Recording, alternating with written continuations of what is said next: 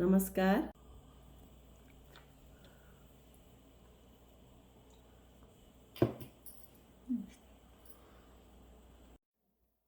सन्चै हुनुहुन्छ बा-आमा? के छ खबर गाउँको? कसरी दिन बित्दैछन्? कतिको छ रमाइलो? बाटाघाटा बन्या रहेछन्, आएछ बिजुली पनि।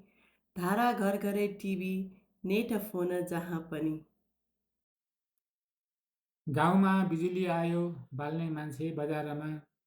बाटाले घेरियो डाँडो, हिँड्ने मान्छे बजारमा। छन् विद्यालय गाउँमा, पढ्ने मान्छे बजारमा। नानी बुढाबुढी मात्रै छौँ यो बाँदर राज्यमा। त्यो खोला खेतमा पहिले झिनुवा धान झुल्दथ्यो। बिरौटामा पहेँलेर मनोभोग बसाउँथ्यो। झारै झार उमारेर बाँझिया छन् सबै गरा। माया गर्ने नपाएर हुँदैछन् धरतीभरा। ऊ तल्लो घर रित्तै छ, 2 वर्ष भयो हिँडे। माथिल्लो घर खाली छ, सबै अस्ट्रेलिया उडे। बस्दैनन् गाउँमा नानी युवा युवती कोही पनि। घाटमा लगिदिने मान्छे पाइन्नन् मरियो भने। ज्वाइँलाई दियौँ छोरी, छोरो बुहारीकै भयो। तिनैको चाकरी गर्दा हाम्रो उमेर सिद्धियो। पैसा कमाउनलाई छोरो बस्छ कतारमा। नाति पढाउनलाई बुहारी छन् बजारमा। कहिले टाउको दुख्छ, ज्वरो आउँछ हनानी।